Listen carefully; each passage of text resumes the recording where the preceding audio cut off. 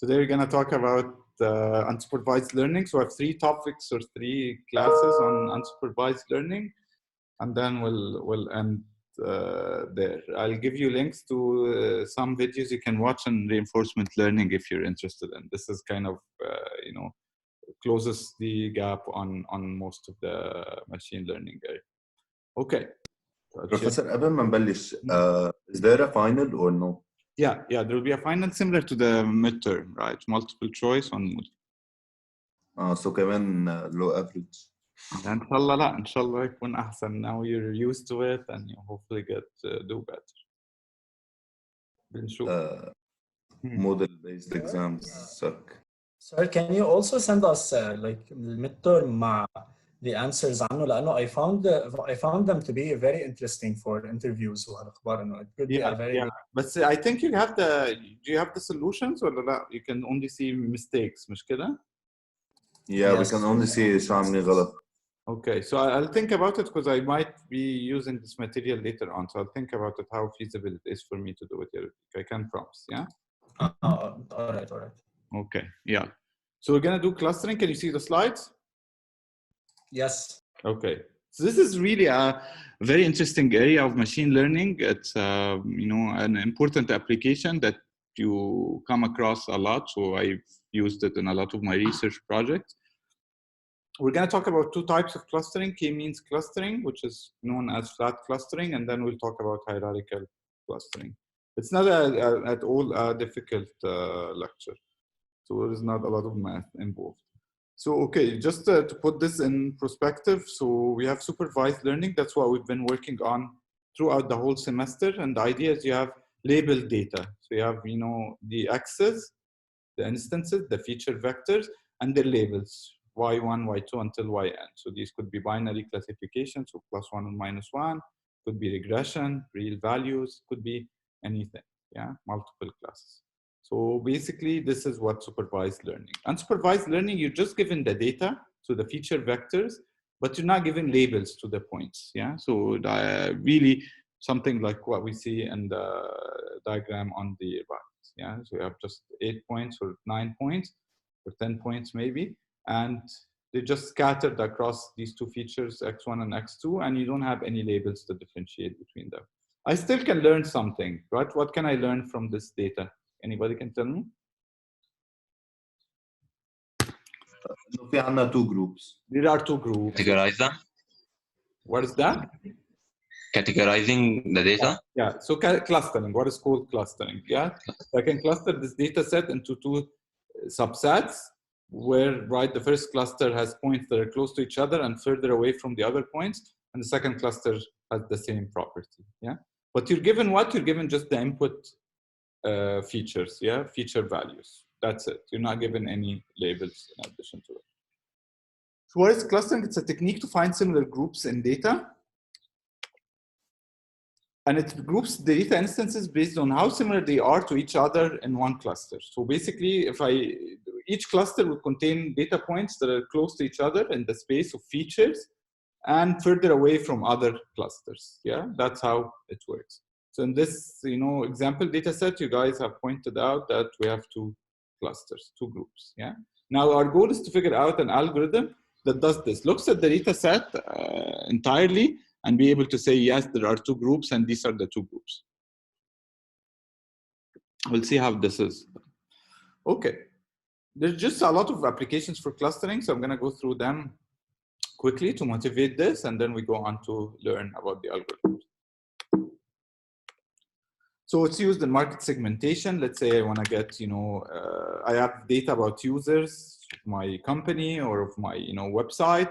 I can do some market segmentation to group them into meaningful clusters. I don't know anything except, certain features about them like age, income, how many times they spend on the website, and so on.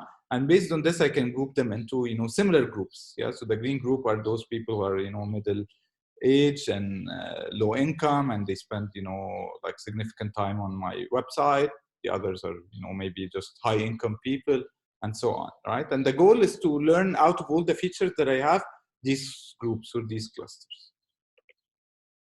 Other example, social network analysis. So you can, you know, analyze a social network like Facebook and be able to, you know, say these are these groups, right, in the network, right? So it could be based on friendship, but it could also be based on interest, based on, you know, websites they visit, videos they watch, and so on.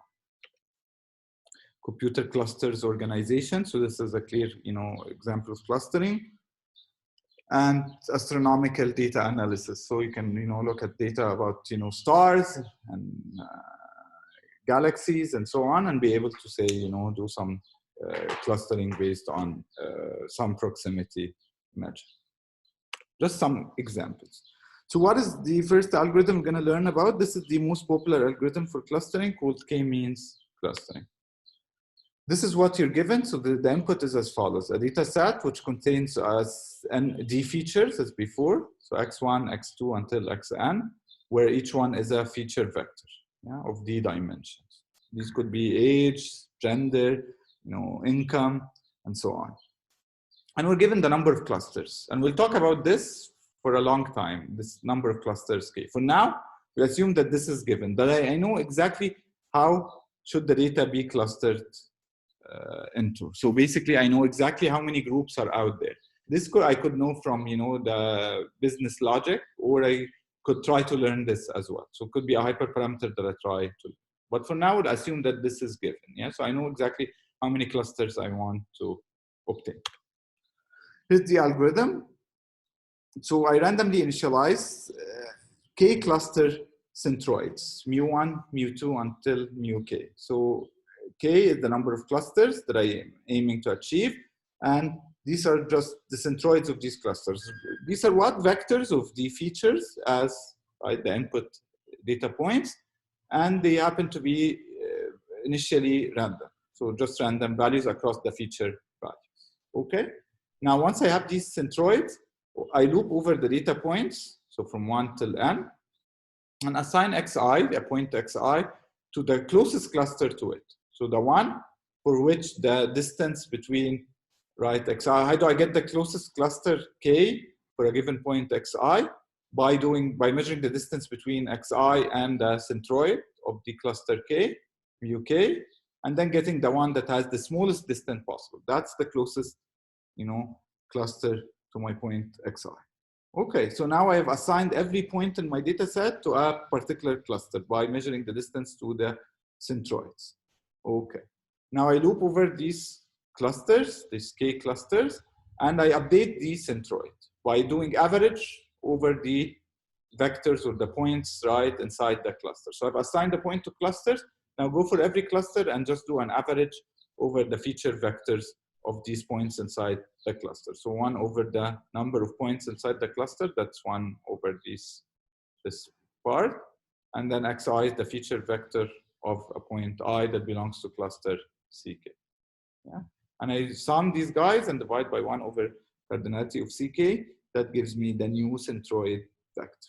And now I do what? I go back and reassign the points to the closest cluster based on the new centroids, and then update the centroids.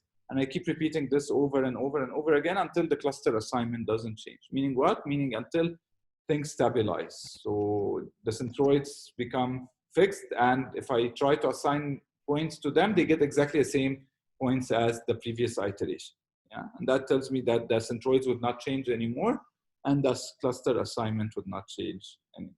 And then I return these C1, C2 until CK. So these are the K clusters that I have. I'll show you a demonstration of this, but I can take questions here as well. Okay, let's see a demonstration.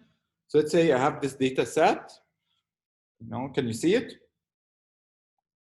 Yes. Okay, so now what I'm going to do is I'm going to do initialize two centroids at random. Okay.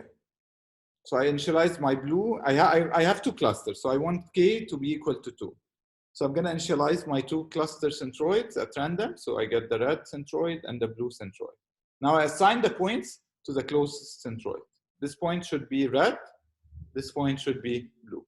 These points in particular, right, the closest one to the blue would be blue, and these guys would be red. How do I do this? I measure the distance between every point and the centroid. So I measure the distance between this and the red centroid. this and the blue centroid. Which one is closer? The red. So I assign this the red color, and so on. I compute this for every point that I have in my data set, and compute these two distances because I have two clusters, and then pick the smallest distance as the cluster I'm gonna assign. So I do this. This is one iteration. I got these to be the red points and these to be the blue points. What do I do now? I update the centroid. How do I update the centroid? I take these points, sum their feature vectors, and divide by their number. That will give me a new centroid.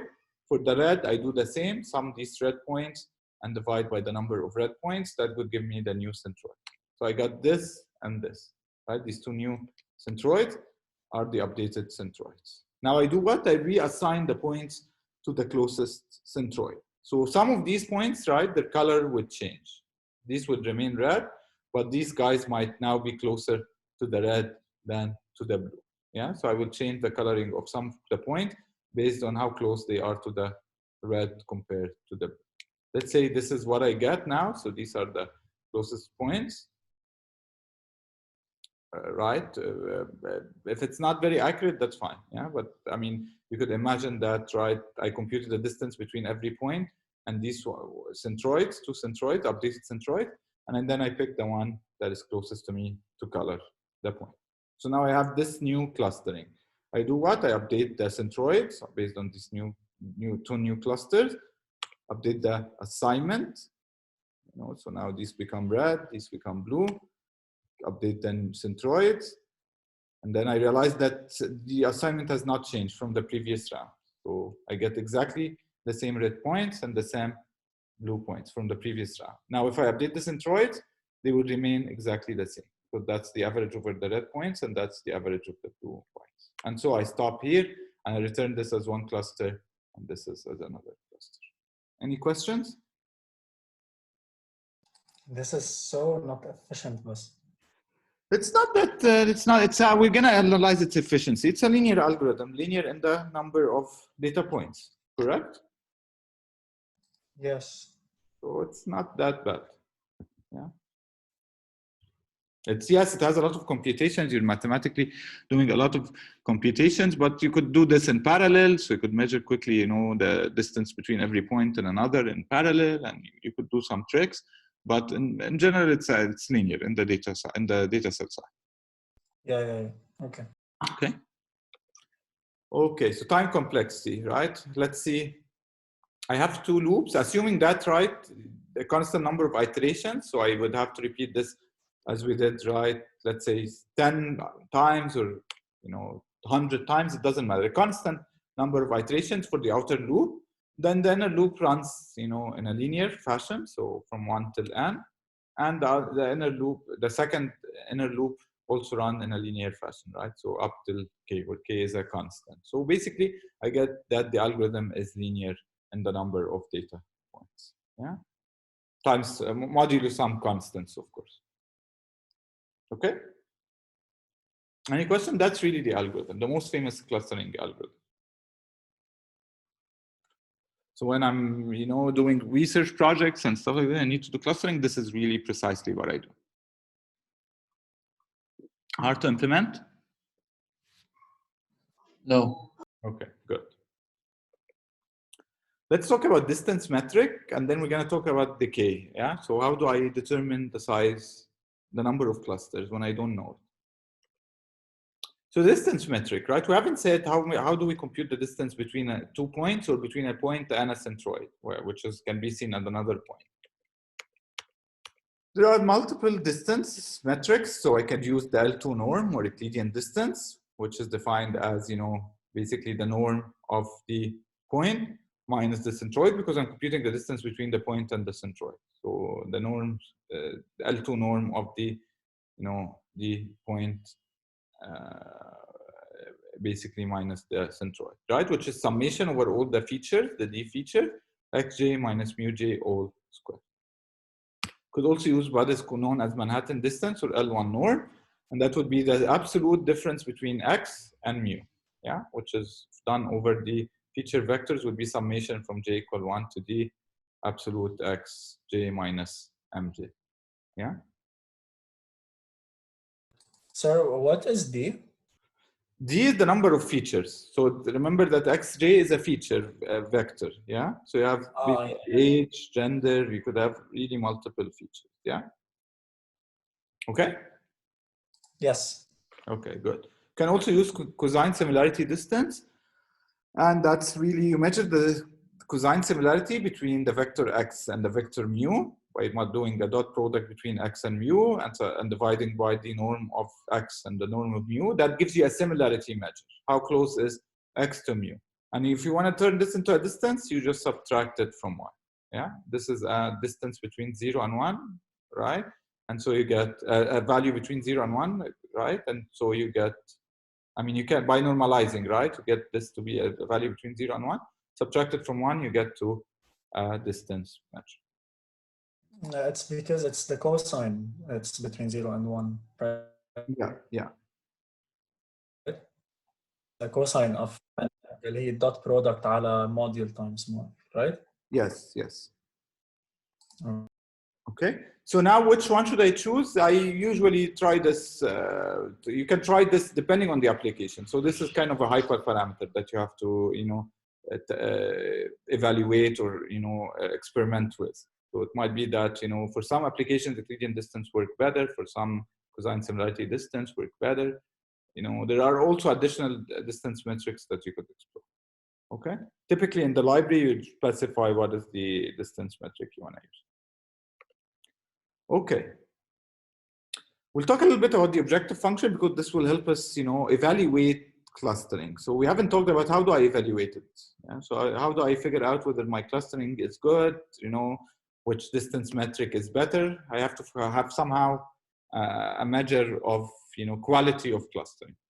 So the k-means approach optimizes the mean of the distance of every point to its corresponding cluster centroid. Meaning what?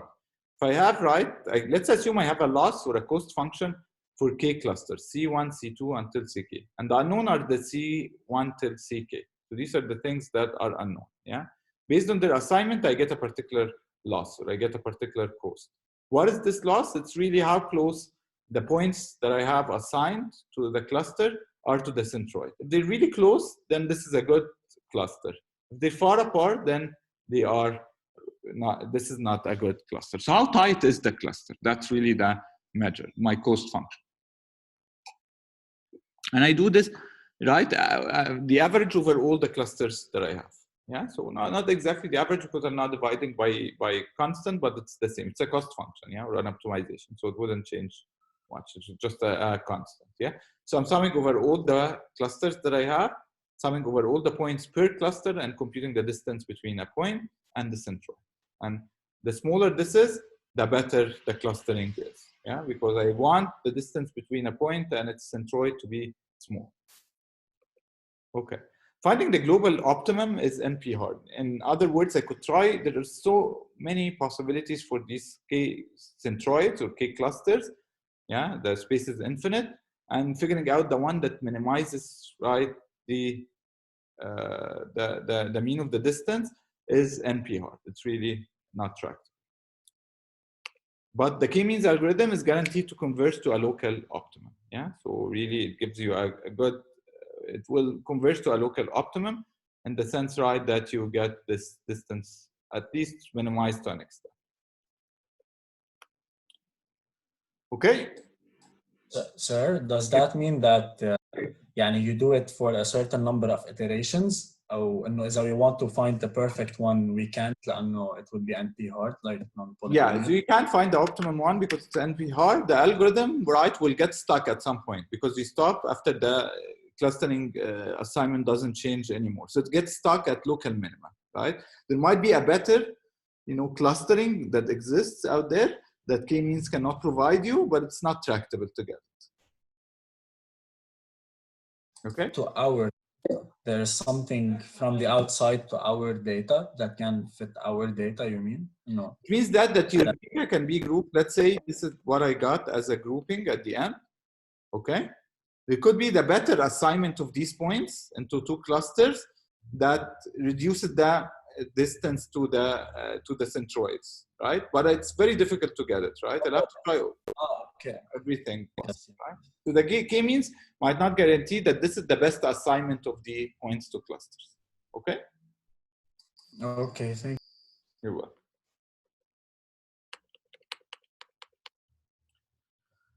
Now, regarding initialization and local optima, so recommended initialization approach is to randomly pick k training examples. So how do I initialize the centroids? Yeah, and this is what's implemented in most of the libraries. I think you have the option, but this is one of the options, and this is the one commonly used. You randomly pick k training examples from your data set and initialize these as the k centroids. So you set mu1, mu2, and mu-k equal to those k chosen training examples.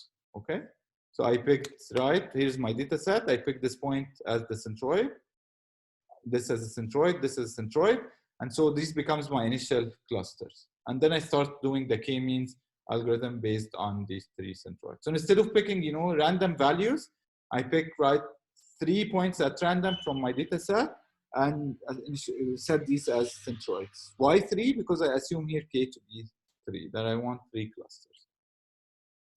Now, initialization affects how algorithm converge, and there's a lot of demos on the web where you can try to cluster data, and based on the initialization you get different clustering because you get stuck at local minima. So it depends on how you started the clusters or how you started these centroids.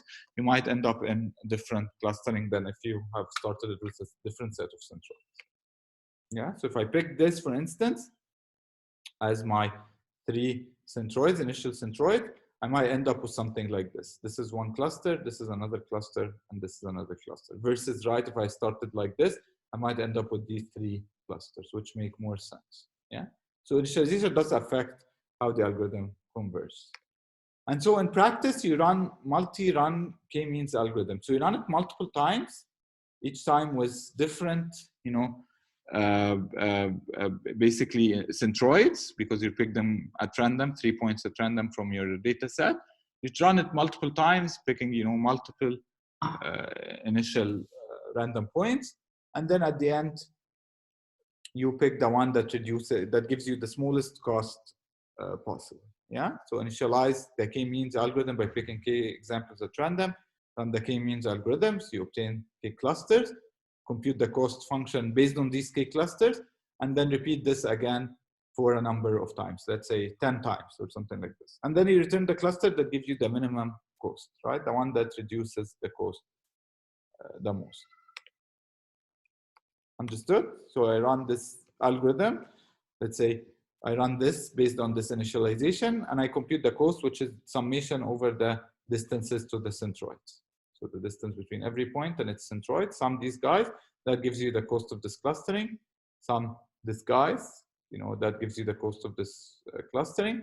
And then at the end, pick the one that gives you the best cost. Okay. Finally, choosing k. How do I choose k? So in the all the previous examples, I was given k, right? I assuming that k was given. I typically use a method called the elbow method. So I run the clustering algorithm for different values of k. So for k equal 1, k equal 2, k equal 3, 4, 5, 6, 7, 8. What I notice is the higher the number of clusters, the smaller the cost is. So it's always, the curve is always going to look like this. If your curve doesn't look like this, then there is a mistake. Yeah. Why is that? Any thoughts? Can you repeat the question, please? Yeah. So why is the cost function looking like this, right? That the number of clusters increase, the cost decreases. We have more centroids, so the distance decreases. Yes, exactly. Because I have more centroids, I end up being the points that are assigned to it are closer to it, right? Than if I have 2 centroids, for instance. If I had 2 centroids, or if I had 1 centroid, then really, I mean, the distances for some points would be very far. And as I add more centroids, right, I get the distances to be, closer, right, than the previous case. So it will always decrease like this. But then the question is there an elbow in this data? Meaning what? Meaning that if I look at this curve, you see an elbow at 3, at value 3. When k is equal to 3, you see that, right? After that, things don't change as much as it used to. So there is a huge drop, going from 1 to 2 to 3, and then it kind of flattens a little bit, right? That tells you that this is a good number of clusters, an ideal number of clusters, right? This number of 3. Because if you increase it a little bit, the gains you get in terms of clustering cost is not significant. Yeah. Of course, you could end up with a curve like this, and in that case, it's not possible to determine what is the value of k. So you have to rely on, you know, business logic, or what is, you know, what is your project doing, and try to figure out what is the right number of clusters. Yeah. So I've had projects where I had to do this and was successful, and other projects that we couldn't really figure out the number of clusters based on the ELBO. So it's a heuristic. Okay. Questions? Sir, مثلا what if the ELBO method told us إنه K should be like 3 بس إنه أنا an application I want like 5 clusters, or no, I want to divide them to 5 clusters. Then you should go with what the application tells you, right? So this is a more significant you know, indication than the ELBO method. The ELBO method is really when you have no idea what the number of clusters are. Oh, okay. Okay. So definitely go with the application first. If you know the K a priori, go with it. Okay. So choosing K, right? So as I said, an application-based metric. So something like, example, the use of, for example, let's assume these are T-shirts, yeah? And you have weight and height, and you want to decide whether you should, right, based on the data, decide whether, you know, you should cluster these people into 3 groups or into 5 groups. Meaning what? Should I go with small, medium, large, or small, medium, large, X large, and X small? Yeah. So these are the X small, these are the small. So what makes more sense, right, when I'm analyzing the data? And this could be saying, okay, I don't want so many clusters that are very small in size. So I could compute the cost to the number of customers ratio, and based on this, decide that this is a better, you know, metric. Based on my metric, this is a better clustering, number of clusters. Yeah, because it has enough number of customers in every, you know, segment, or in every cluster versus this. So it really depends again on you. The application. Okay, this is just one example scenario. Okay. Now we'll talk about hierarchical clustering, and we're done. So hierarchical clustering, yeah, it can be used as well. This hierarchical clustering can be used as well to overcome the issue of K, unknowing K. And I will tell you exactly how at the end.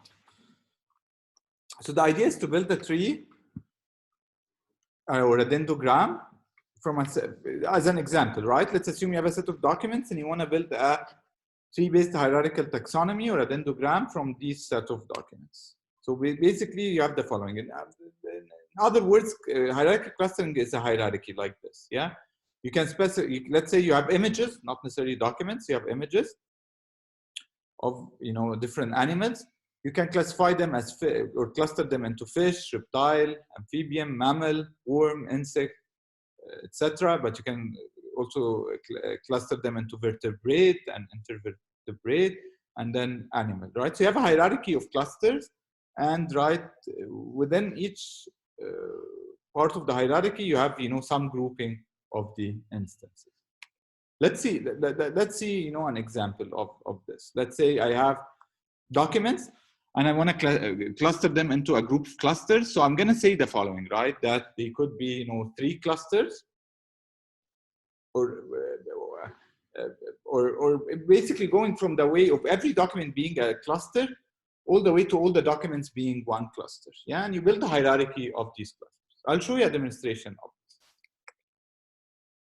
We have 2 types of algorithm for hierarchical clustering, and then I'll show you a demonstration. So agglomerative,